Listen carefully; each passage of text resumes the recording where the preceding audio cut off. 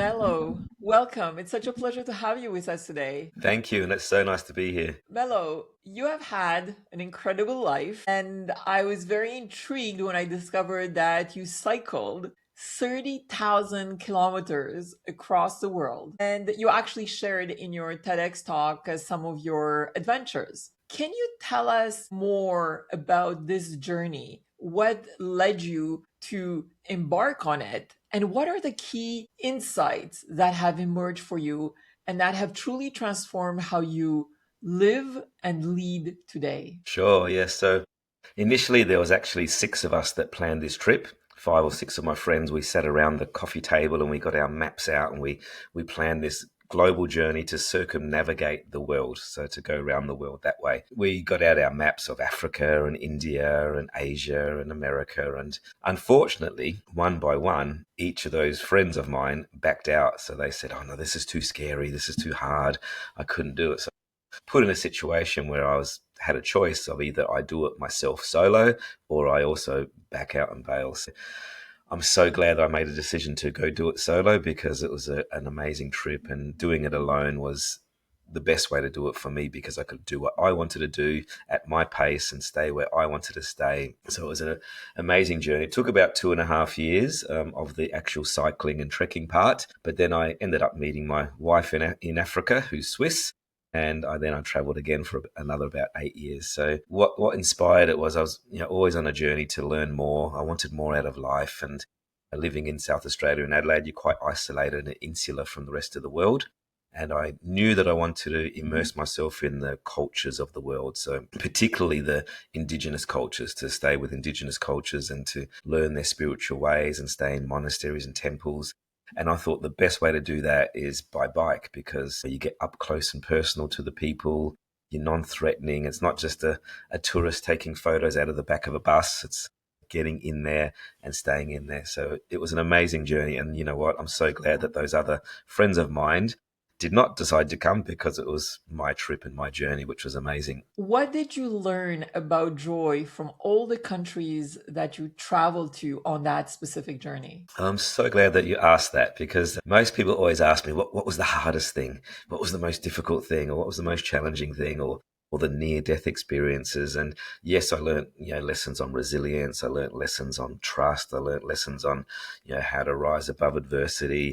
I learned to trust myself in difficult situations. But really what was behind it was a lot of joy and a lot of happiness. And I was really probably touched by the kindness of strangers. No matter where I was in the world, I'd be led into people's homes. So, for example, I'd come into a little village in Africa, and I'd ride my bike, and I coming into a village, and I'd get chased by the little children. The curious little kids are chasing me, and I'd be 50, 60 of them sometimes. And then I'd ride into the village, and I get into the village, and then I play games with them, and then before you know it, the mother or the father's inviting me into their home, and then I'm having some strange drink or concoction. And I really learned that joy exists in the present moment, and children are the best example of this. Actually, there was a running joke along the way. I often met other traveling companions, other cyclists, actually many from Canada that would be cycling around the world. And there was a bit of a running joke among my traveling companions that would say, if you can't find Mello, just look for the group of kids and he'll be the one right in the middle laughing and playing and having fun with them, because children are always, one of the things I actually talk about a lot. Actually, I did a whole talk on this at a conference called Happiness and Its Causes. And the whole talk was about joy and what I learned about that along my trip. And what I did learn, that it's the children of the world that really spark this, and children are always in the present moment, and their natural state of being is joy. So we can really learn off of our children. We can really learn off of the presence that they have. The other thing I learned about joy on my trip is it has no age boundaries. Yes, children are number one. Definitely, they're always in the present moment, and they're a great way to laugh and play, no matter how much money they don't have or no clothes or food. They're always laughing. But I also learned that it has no age limit. Sometimes the elderly people in the places that I went to, they have this childlike innocence that they never leave, that they never lose. I'll tell you a quick story on that, actually. when I was cycling, I was getting quite tired. I was up in the high Himalayas and been trekking for some days, and I needed a bit of a wash and a shower. So I had a quick wash in one of the streams, in the Himalayan streams, the mountain streams. And as I was washing, having a quick sort of wash down, I noticed a old lady sitting in the rocks, perched up in the rocks. She was watching me, and she had a big basket of firewood on her back. She must have been tired from trekking along. So she was just observing me in the background, and she blended into the rocks there. And I was quite curious, and she was quite curious. So I walked up to her, and I had on me a little sorbeline cream, and I motioned to her, do you mind if I rub some cream on your hands? And she said yes, and she smiled at me. And I rubbed this sorbeline cream on her arms, and she must have been like 80, 90 years old, and I can guarantee you she has never seen any moisturizing cream in her whole life. And I rubbed the cream on her hands, and she gave me the most beautiful childlike smile that you've ever seen. Like, it just lit up the whole area with pure joy.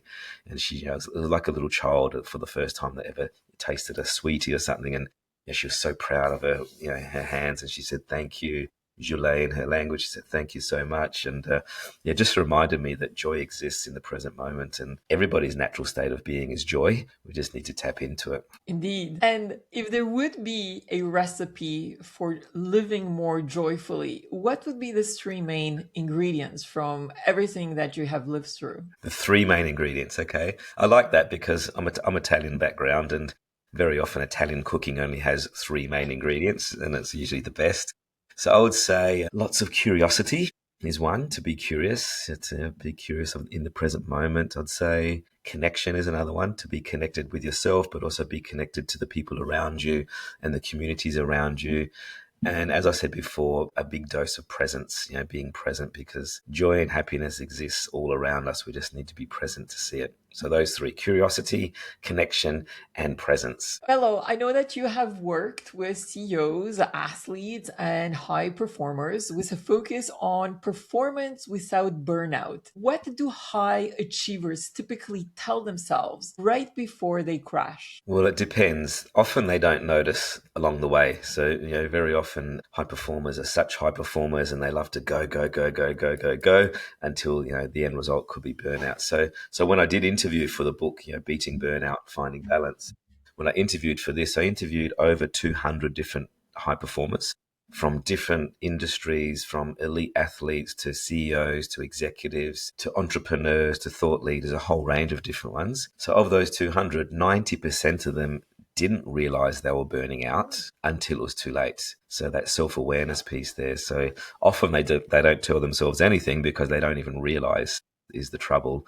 And then they realize on the other end. So the other 10%, was mixed between two camps. One camp was they realized something wasn't quite right. They were working too hard. Maybe they weren't sleeping, feeling stress in their body, but they didn't have any tools or techniques to get out of it. They didn't know what to do. And that's the work that I do. I try to help with in that way.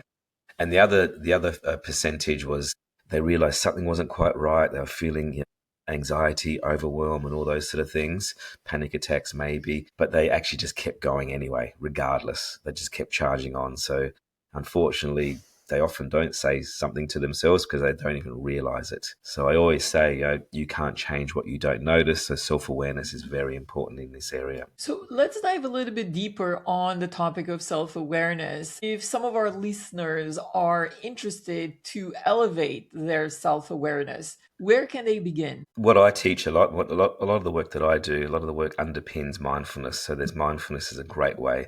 Mindfulness is a great attention training tool that we can actually develop our self-awareness over time. And in short, there's two main ways to practice mindfulness.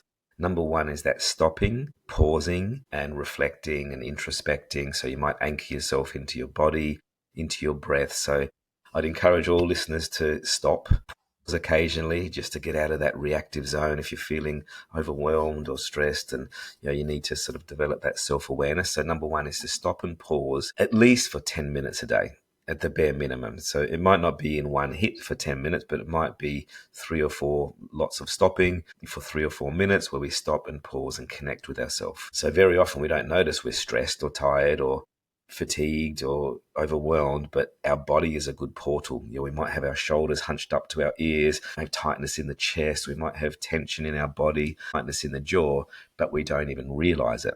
So by stopping and pausing, it develops that self-awareness muscle of how do I feel right now? What's going on in my body? What are the sensations that are present there? So number one is that formal practice of mindfulness by stopping and pausing. And number two, I would say, is just to really train yourself to be more present in the things that you are doing. So for example, driving the car to work or commuting or walking or showering or getting up in the morning or eating your meals, but you do it more mindfully. And a lot of people say, oh, so what? What's the big deal if I eat and I'm in front of the computer at the same time?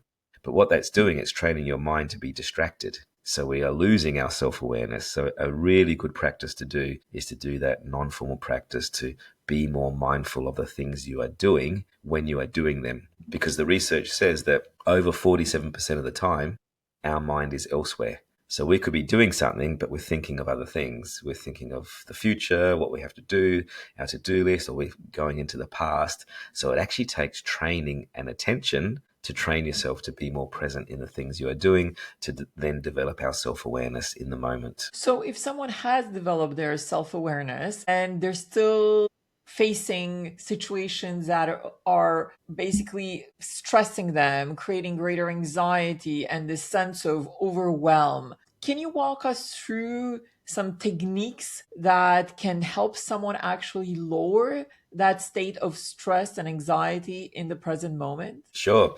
Sure, definitely. So, like we said before, the first step is self-awareness. So understand the self-awareness. The second step then is the ability to self-regulate in the moment. So then we need to develop self-regulation techniques. One technique that I teach a lot of people is what's called the 90-second breath break. Really simple, just stopping, pausing, closing your eyes if you're in a safe and comfortable place, and just following your breath for about 90 seconds. What that does immediately, it takes you out of that overwhelm, that overstimulated feeling. So say, for example, you're in front of your computer and you're doing work and you've got 57 tabs open on the top of your computer and you don't know what you're working on anymore. You're feeling scattered. You're feeling a bit anxious, maybe getting a bit tightness in the chest. Just stop, pause, push away from the computer, close your eyes and do 90 seconds of breath work. So just anchoring your mind on your breath and following your breath for 90 seconds. What that does immediately is takes you out of that fight and flight response.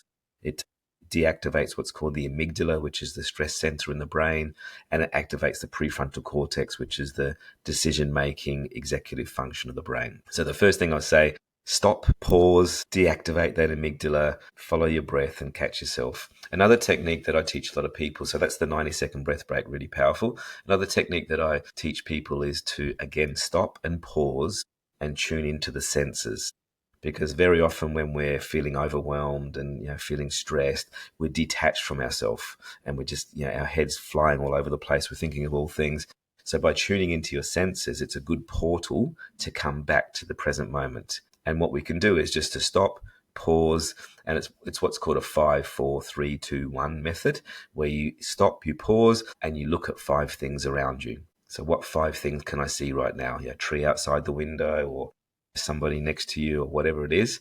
It might be looking at what 4 things can I smell right now? What 4 scents are around me right now? What 3 things can I touch? And so on. So you just go through all the senses, and the senses are a great way to come back to the present moment to see how you're feeling. So that's 2 very simple techniques that you can do in the present moment that will help you to self-regulate. And the great thing about it is the more that you do it, the more you train your ability to actually deactivate that amygdala quicker, to come back to the present moment quicker. So it does take repetition. Can you share with us also the power of gratitude? Because from all the research I've been doing, the research has basically shown that we cannot be in a state of overwhelm when we actually decide to focus on something that we are grateful for. Can you share insights that have come your way on the power of gratitude? Oh, it's very powerful. Definitely. It's one of those things that we underestimate very often when we talk about gratitude, or if I'm talking about gratitude in a corporate setting, so in a business, many people switch off. Oh, that's that fluffy stuff. We don't really need gratitude,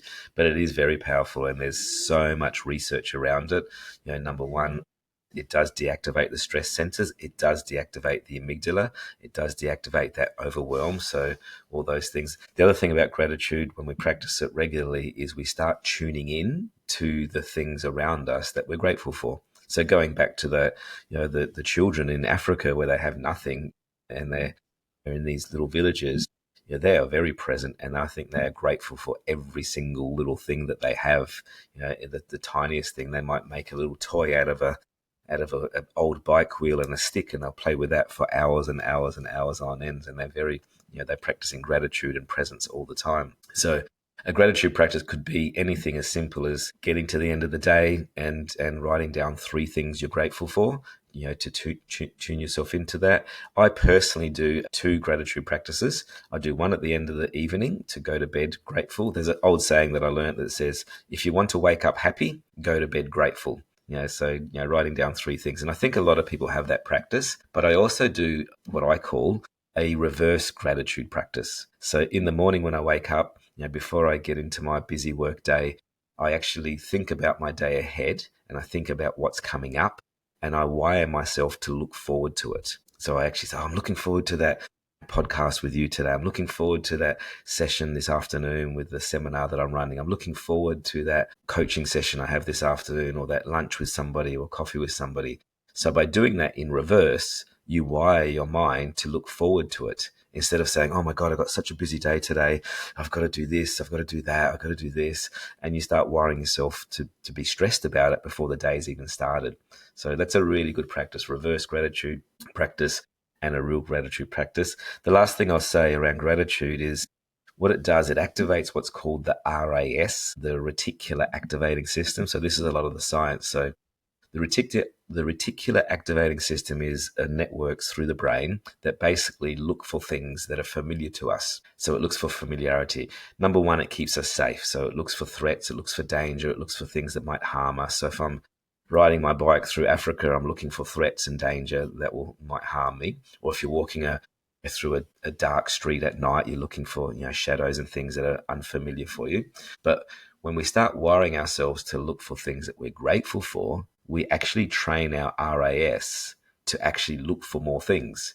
So you'll notice the nice barista that smiles at you in the morning when he makes his coffee, or you'll notice the person that opens the door for you, or you'll notice the simple things that are happening around you all day, and you train your mind to see that more often. So that's where the more we practice gratitude, the more we see it. What is the simplest daily ritual that creates the biggest long term mental resilience? Good question. Really good question. And I know many people have pretty good morning routines. So that's always a good start. Morning routines, I think, are non-negotiables. Myself, I get up quite early and I head outdoors. I have a big, beautiful dog named Coda. I take him for a nice morning walk in the sunrise. So that's a really good way to get up, get out, get the serotonin production going in the body. After my morning walk, I then do a meditation practice, which is great. And then I have a healthy breakfast. 3 wins before the day started. That's just for me. That fills up my cup, that energizes me. I think that is one of the non-negotiables.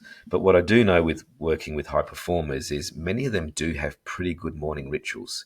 And I'm sure many of your listeners might also have pretty good morning rituals. What I will say, and what I've learned by working with many over the years, is not many people have good closing the day rituals. So they wake up well and they do all those practices, but they don't close their day, especially entrepreneurs that are always thinking about their work, leaders, CEOs are always thinking about work. So the other thing that I say is a great practice is to have a practice where you physically, mentally, emotionally close your day. So at the end of my workday, closing off all the physical tabs on the computer, but also closing off the tabs in my mind by doing a small practice. So what I do when I finish my day, whether it's 5 o'clock, 6 o'clock, 7 o'clock, doesn't matter the time, but I'll close everything off. I'll do another short meditation practice, just a few minutes just to close the day. Maybe I write down a little to-do list for tomorrow to get it out of my head. And then I take another walk with my dog at around sunset. And then when I come home from that, I'm no longer working. We're very good at switching on in the morning, getting ready, but we're not very good at switching off. So I think that's a really powerful practice to incorporate.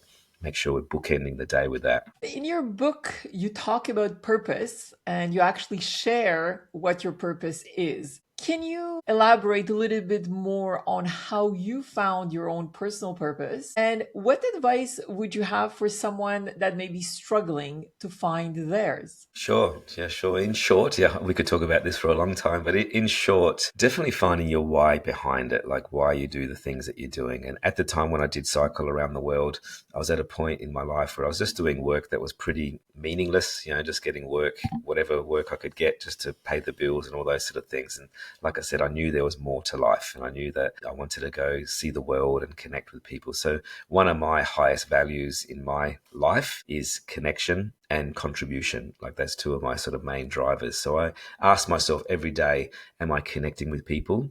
Yes, I'm connecting with you right now. I'm connecting with other people. So I ask myself that because it's one of my highest values.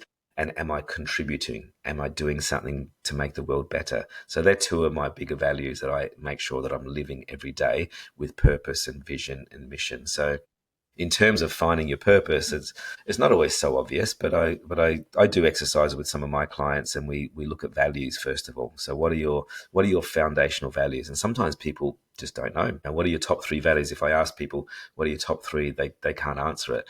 So what we do is we write down 20 values, let's say, just things that resonate with them. It might be family, it might be adventure, it might be joy, it might be contribution like myself, or connection, or whatever they are. So write down 20 and then reduce that to 10. See if you can like halve it to 10, and then reduce it even more to 5, and then be totally ruthless and reduce it to 3. So you can circle them, you can group them. It doesn't mean the other 20 are not important, but those 3 are your most important. And once you can bring it down to your top 3, so you've got your 3 top values that really mean a lot to you, then you can ask yourself, am I living those values? Am I doing those things? Am I actually contributing to the world? Am I connecting? Whatever your top 3 values are, and you can align it with that. But sometimes what I have learned with working with many people is they don't always match your job. So it might not be in your work. I'm very fortunate where my work is what I do. I coach people, I run seminars, I run workshops, I contribute all the time. I'm helping and serving people. So, but not all the time it's aligned with your work. Sometimes it is, sometimes it isn't. But sometimes we can ask ourselves, how does me working in this place help me to do this with purpose? So, for example, there's one client that I'm working with right now. He's a financial advisor, accountant, but he loves helping children. He loves helping kids of the world. So his work actually finances the work that he can do in India, where he's actually helping children to go to school. So finding that, to answer your question succinctly, is to reevaluate or refine your values and ask yourself daily, am I actually living these values? Am I doing the things that I actually really believe in? Because then it comes to defining a purpose behind it, a vision, and then a mission to get there. What advice would you have for the younger generation, for the youth that are struggling to find their own purpose? Yeah, I have two daughters myself, so 16 and 13. And, as we know, values are formed over different generations and different years. So for the first 7 years, typically, children's values are reflected from their parents. So their parents pass on their values. There might be family values. It might be some of the things we talked about before. So they start forming. And then from the years 7 to 13, in those sort of next foundational years, and they start going to school, they get influenced by school and teachers and their friends and peers. And then it just keeps going. They get influenced by celebrities and stars. So they have all these external influences that are coming around them that start defining their values. So what I try to do with my children anyway, I know we're in a world of AI, and yes, my children use ChatGPT to do homework and all those sort of things. But I always ask them to ask themselves first, what would you do in this situation? How would you problem solve this? So, at the first point of call, use their own decision making skills, use their own values based alignment, make sure it aligns with them. So I still think it's equally important, if not more important, to define your values and to get to know what you stand for. Because with these external distractions around us, it's so easy to get overstimulated and overwhelmed by everything around us. And we even start losing our identity. We're starting to take on this identity of AI and all these sort of things around us. So always go back to your basic values, get to know them. Yes, they might be young, but they still know what they believe in. They still know what they stand for. They still know that, but they need to also develop that muscle. So ask yourself first before you ask ChatGPT. Ask yourself the deeper questions. And yes, they are young, but they still know. I think deep down they do know what's right, what's wrong, what decisions they should make. So use that as a guiding light, using their values as a guiding light. We're in an interesting time of information overload, and there's a whole range of different things going on around us. We're bombarded by external stimuli. So sitting with yourself, getting to know yourself. I will say this, that I taught my children at a very young age. I think they were 3 or 4 years old, how to actually reconnect with yourself through your breath. So doing diaphragm breathing, tapping into their breathing. And it was just simple techniques, and I wasn't forcing it to them, but they can see that I meditate every day. So they probably see it's important. So they can see that I value meditation. Therefore, it's probably important. So they value it too. So at a very young age, they might be 3 or 4. I'd get them and I'd put a little stuffed toy on their belly, and I'd say, can you move the toy with your breath? Can you make it rise and fall? And they did, and they learned that. And then I taught them over the years, when they were 5, a little bit deeper techniques. They didn't realize, I'm teaching them self-regulation techniques, and I don't force them to meditate, and I never have. But I noticed recently, now they're 16 and 13, I noticed recently that one of my daughters was doing a horse riding competition, and she was doing a show jumping competition. And I noticed she was just about to go into the arena, and she was just about to, go in and do her competition. And I looked at her, and she was totally calm. And I noticed she was belly breathing. She was doing deep belly breathing. So I must have somehow instilled that into her. I didn't force it down her throat, but I instilled it into her, and she values that, and she uses it as a self-regulation technique. So it's the classic example of, show people, don't tell them. How beautiful. Mm. And after all your experiences today, what matters far less than you thought and far more than you expected? That's a really good question. I like that. So what matters far less, I would say, what other people think, other people judge, and especially people that aren't doing the things that you are doing and wanting to do. So it's easy as for people. I used to be affected by other people's opinions more, other people's feedback, and being judged. But you know what? It doesn't matter.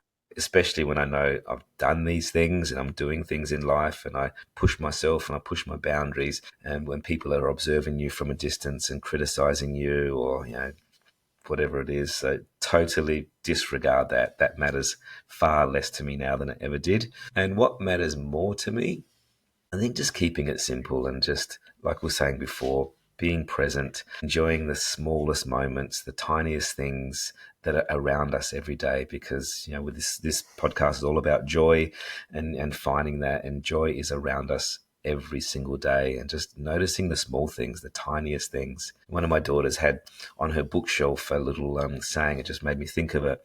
I think it's from Winnie the Pooh, that says, there's a little plaque that she picked up, and it says something like, we didn't realize we were making memories, we were just having fun. That's it. And when you think about it, and actually when I did ask her recently, I asked one of my daughters recently, I said, it was a school project that she had, and it was a question like, what was your most fun childhood memory?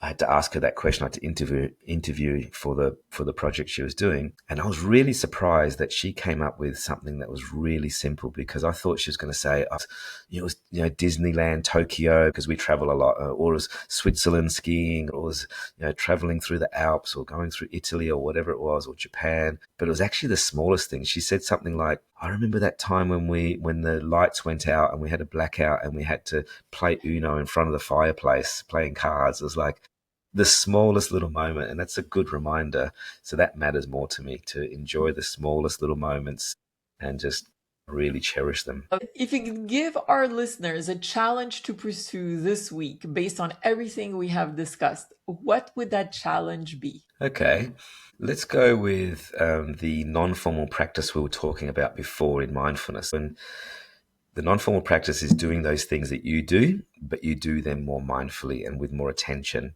And this is something that I did learn when I was traveling around the world, when I was staying in monasteries and temples. One particular monastery that I was staying in Vietnam, the teaching around that was to be more present in what you're doing. So when you were washing the dishes, you were just washing the dishes. When you were eating your meal, you were just eating your meal. When you were talking to people, you were doing that. So my challenge to everybody is to choose one thing that you do every single day in default mode.